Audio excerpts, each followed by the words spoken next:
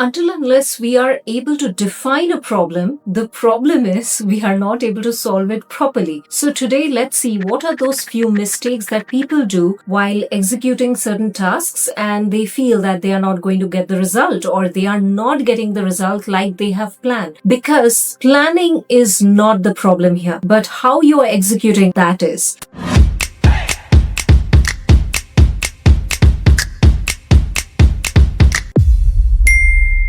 So, let's dive into the first mistake. Starting something before you are defining your done activity. So, let's say you want to create a presentation, or maybe let's say you want to record few videos for your course, just as an example, right? So, when you say I'm going to make this presentation, it's generic. So, you don't have in mind that whether I'm going to complete this presentation today itself. So, if you're completing the presentation today, fair enough. But let's say it is going to take time. So, your done is not yet defined. So let's say today I'm going to do 5 slides, okay? Or let's say I need to get this presentation done in 10 slides. So until and unless the 10 slides are done, the presentation is not yet completed. So similarly, let's say when you're making the course, so you have decided that all these content or topics need to be covered, and you decide that there are going to be at least 10 modules, 10 videos, separate videos over there. So until and unless those 10 modules are done, the course is not yet completed recording or making, right? So until and unless you define what is that done quantity or the limit or the check mark, okay, or check box rather, you don't know how much you have completed or what is getting completed. So defining your done before you start is very essential. Why? Because it is going to give you a tangible parameter to check and measure what is happening and till when it will get done. The second mistake is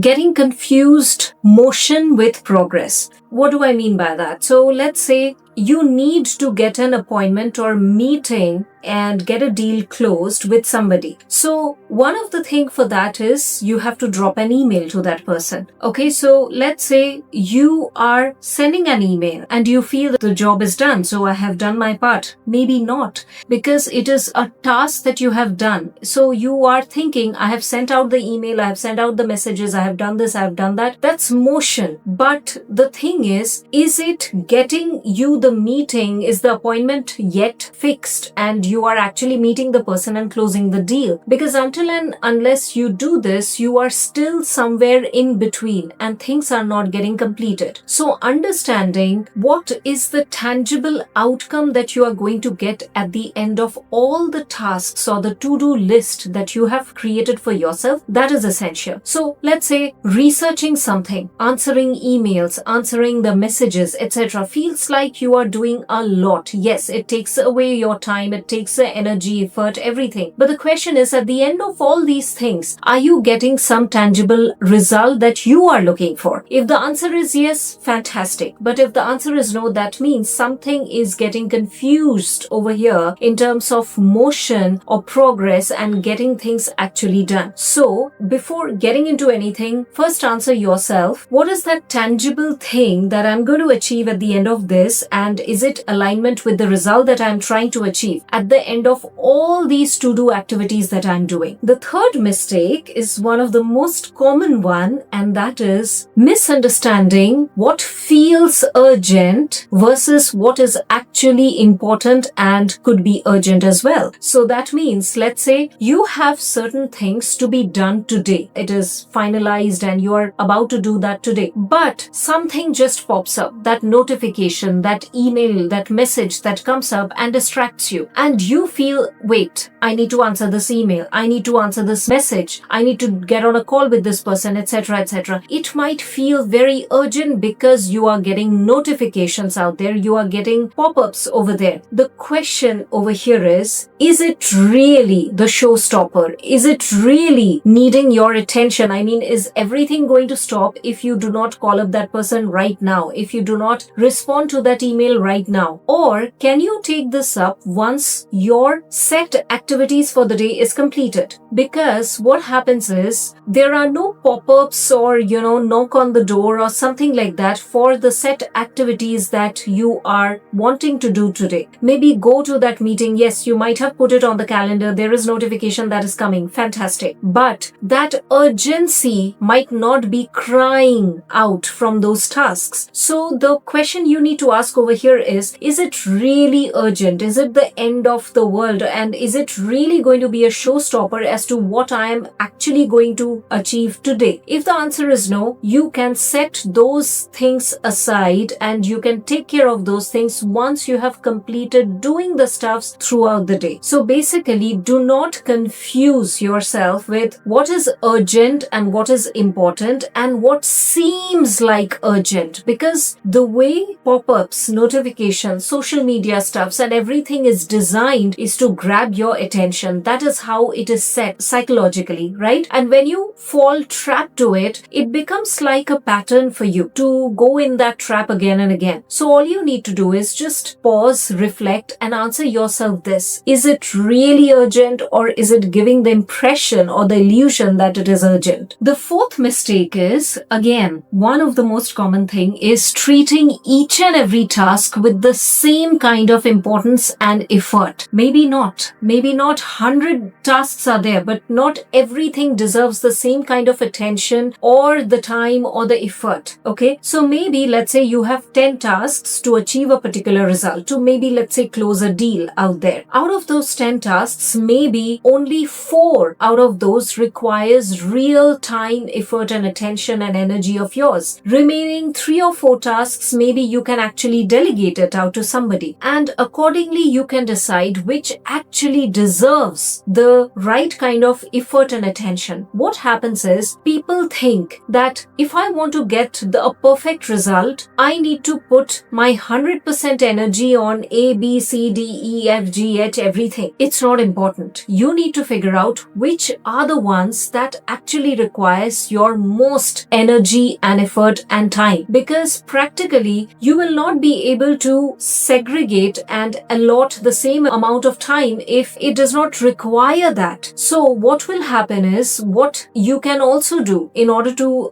actually implement it in a proper manner, you can first prioritize what are those most important tasks that requires your more energy and time and effort. Okay, and if you think these are certain things that I really don't like to do, or these are the most challenging stuffs, you can also schedule those things in the most productive hours of the day. Let's say in 24 hours you are somebody who is really very productive, very full of energy, very focused in early morning, few hours. Okay, for some people it could be late at night, for some people it could be evening time, we don't know. So you need to figure out which are the hours of the day you are very productive, very focused, and you can give your 100%. During those hours, you take up those tasks which are challenging, which requires the most attention and very crucial and requires your full effort over there. Like this, when you actually, segment it out, when you actually allocate and allot the kind of time, effort, energy that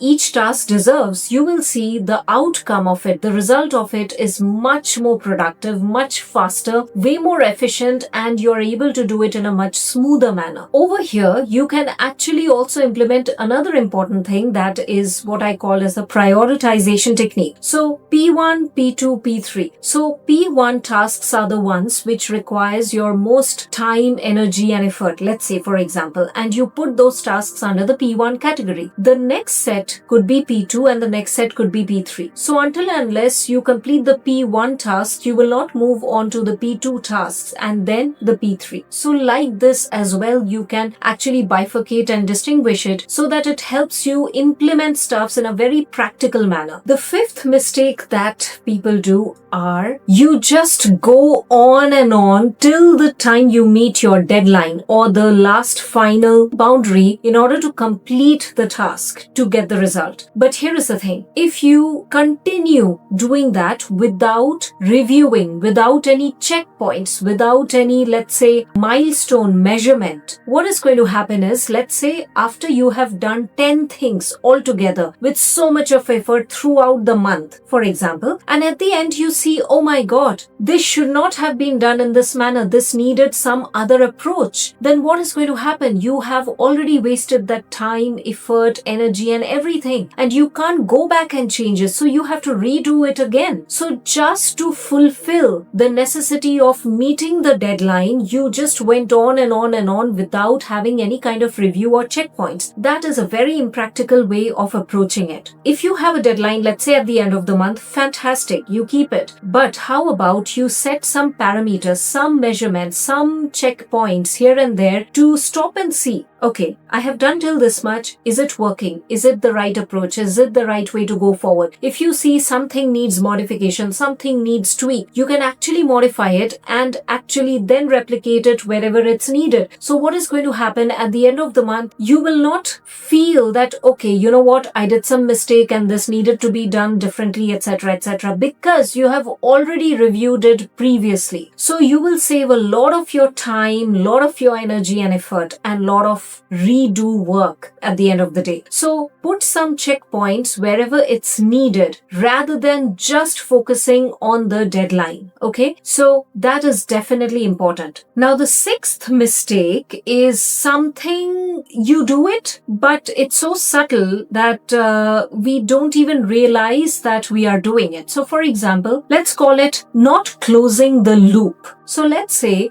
you want to create some videos and upload it or, edit it, whatever it is. What is that end result? You have defined it. So let's say you have recorded a video and you feel my task is done. But is recording the video just your task, or uploading it and ensuring that it reaches the right audience is actually getting the loop closed? Because otherwise, why would you record the video if you are not putting it out somewhere, if you are not using it as a video course, YouTube, etc., somewhere? Why would you even record that video? That's a question you need to ask. So let's say, for example, let's take this case. So I'm recording this video right now, right? So if I just record this video and think my task is done, well, it is not. Because if the video is not recorded, or let's say if it is recorded and I just keep it like this, if it is not edited, if it is not uploaded on the platform, then actually the loop is not getting closed. Then why did I even record this video? Why did I take that effort, time and energy to actually record that video? So what happens is, majority of the times, most of the tasks that we do, we keep the loop open as it is. Okay, and we never follow up or we never close the loop. Let's say you have to close a deal, you have to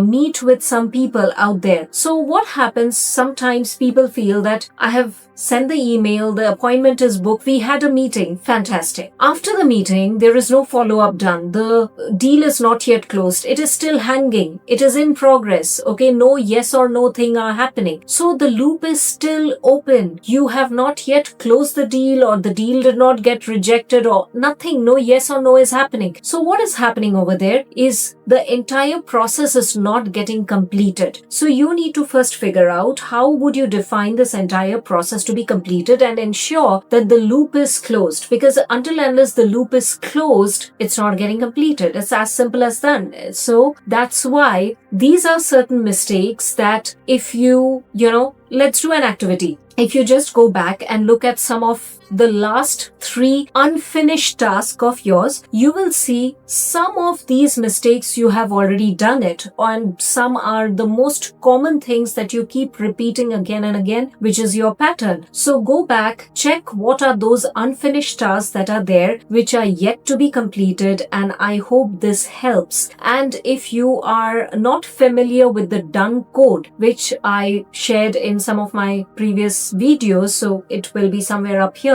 So go back and check the done code. It's an executable framework that you can actually implement in each and every task that you are applying, and see how efficiently, how smoothly you can actually get things done and start seeing the results. So I hope this helps. And if you're new to this channel, if you have still not read my book yet, which is 7 Steps from Shame to Being Back in the Game, it's there on Amazon. Okay, go ahead, get that book, share it with people whom you know this is going to help. It's a highly implementation book. It's not a motivation book. And also share this video to the people whom you feel it is really going to help. Okay. And I will see you soon in the next video. Namaskar.